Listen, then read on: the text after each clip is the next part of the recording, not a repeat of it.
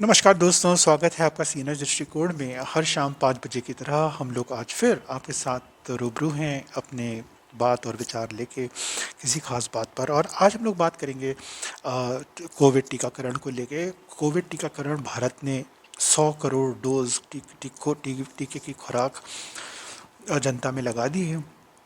और अभी 21 अक्टूबर 2021 को काफ़ी इसका न्यूज़ में भी था और काफ़ी चर्चा हुई, काफ़ी इसको उत्सव की तरह मनाया गया। जो एक उपलब्धि है, मील का पत्थर माना गया। बिल्कुल मील का पत्थर है, क्योंकि सारी जो पात्र जनता है उसको पूरी खुराक टीकाकरण की करने के लिए एक निश्चित समय सीमा के अंदर उस यात्रा में एक ही मील का पत्थर रहे।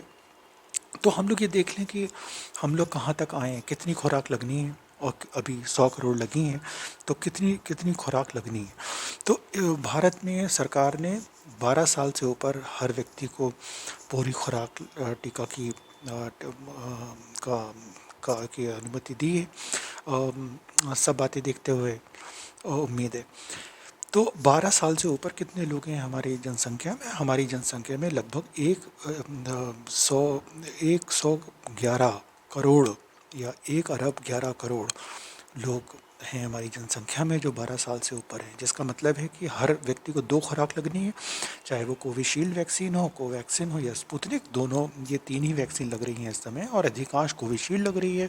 थोड़ी सी मात्रा में कोवैक्सीन लगती है, करीब 10%। लेकिन 90, हर 10 में से 9 कोविशील्ड लग रही है, और बाकी जो हर 10 में से 1 कोवैक्सीन लग रही है। और स्पुतनिक तो बहुत ही कम लगी है अभी तक, जो 21 अक्टूबर तक के आंकड़े। तो और 3 और वैक्सीन पारित हैं, लेकिन वो लगनी ही नहीं शुरू हुई हैं, जैसे कि मॉडर्ना, जॉनसन एंड जॉनसन की वैक्सीन, और ज़ाइकोव-डी, जो जायडस कैडिला की है, भारत में बनी हुई दुनिया की पहली प्लाज्मिड डीएनए वैक्सीन। ये तीनों लगनी ही नहीं शुरू हुई, लेकिन जो 3 और जो हैं कोविशील्ड, वो लग रही। तो अभी तक हम लोगों ने 100 करोड़ डोज लगा दी हैं। और अभी हमें लगानी कितनी थी? हमें लगानी है 111 करोड़। 111 करोड़ लोगों को लगानी है। हर व्यक्ति को 2 खुराक लगनी है, तो कुल मिला के लगनी है 222 करोड़ खुराक। और अभी लगी है 100 करोड़ खुराक, लगनी है 222 करोड़ खुराक। तो 122 करोड़ खुराक अभी अधिकांश लगनी है, जिससे कि हर व्यक्ति को जिसको ज़रूरत है, समय अवधि के अंदर हम लोग निश्चित समय सीमा में हम लोग इस सबका पूरा टीकाकरण कर सकें। भारत सरकार का आशय है कि इस साल के अंत तक, 2021 के अंत तक, हम सब लोगों का टीकाकरण कर देंगे। तो अभी लगी हैं 100 करोड़, और लगनी है खुराक कितनी लगनी है? 222 करोड़। तो जो अतिरिक्त बची हैं, जो अभी 122 करोड़ का, तो अभी हम लोग आधे पार्ट पे भी नहीं आए, लेकिन लगभग आधे आ गए हैं। तो अभी जो 122 करोड़ और खुराक लगनी है, तो उसके लिए बचे हैं दिन लगभग 70। तो आप अगर 70 को डिवाइड उस तरह से करें कि रोज़ कितनी लगनी चाहिए, क्या रन रेट आए जिससे कि हम लोग 122 करोड़ का लक्ष्य पूरा कर सकें इस साल के अंत तक, तो आप पाएंगे 1 करोड़ 74 लाख खुराक डेली लगनी है, रोज़ाना। 1 करोड़ 74 लाख खुराक। हो सकता है मैंने गलती करी हो, मैंने कैलकुलेट जो करा था मेरे यही निकला कि 122 करोड़ खुराक अगर 70 दिन में लगनी हो, तो रोज़ कितनी लगनी चाहिए? तो मेरे हिसाब से करीब 1 करोड़ 74 लाख खुराक लगनी चाहिए रोज़। अभी तक का लक्ष्य था भारत सरकार का कि हम रोज़ 1 करोड़ लगाएंगे, लेकिन 278 दिन में उन्होंने 100 करोड़ खुराक लगाई, लेकिन रोज़ 1 करोड़ नहीं लगाई। एक्चुअली अक्टूबर का जो औसत रोज़ कितनी लगाई, तो अक्टूबर में 1 अक्टूबर से 18-20 अक्टूबर तक 53 लाख आया एवरेज। उनका लक्ष्य था 1 करोड़ रोज़ लगाने का, लेकिन वो 53 लाख लगा पाए अक्टूबर में। सितंबर में 78 था शायद, और अगस्त में थोड़ा और कम था, फिर जुलाई में और कम था, जून में और कम था, मई में और कम था। और 1 करोड़ रोज़ लगाने का लक्ष्य था। तो 278 दिन में शायद सिर्फ 2 या 3 दिन ऐसे हैं जब 1 करोड़ की संख्या पार हुई, लेकिन बाकी सारे के सारे दिन 278 में 2-3 दिन अगर आप छोड़ दें अपवाद, तो 1 करोड़ की लक्ष्य हम लोग पूरा नहीं कर पाए।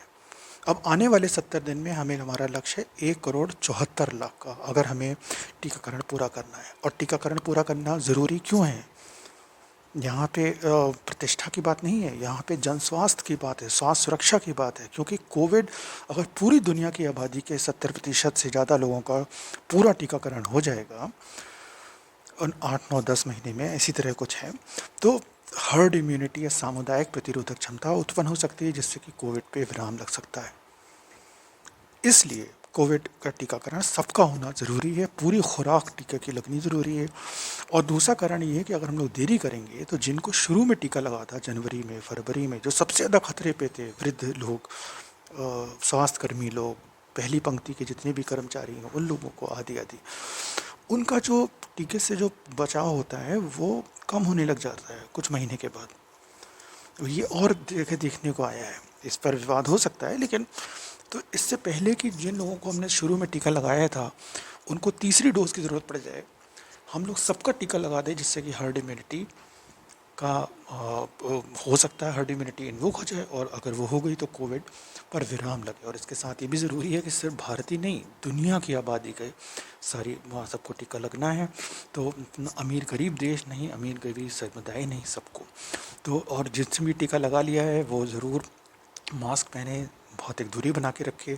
क्योंकि दोस्तों याद रखिए, टीका संक्रमण फैलाने आपको संक्रमण से बचाता है नहीं बचाता है इसका वैज्ञानिक प्रमाण नहीं है। तो इससे टीका लगाने से गंभीर कोरोना अगर हो गया तो कोविड का गंभीर परिणाम और मृत्यु होने का खतरा कम होता है, ज़ीरो नहीं होता, कम होता है, बहुत कम होता है।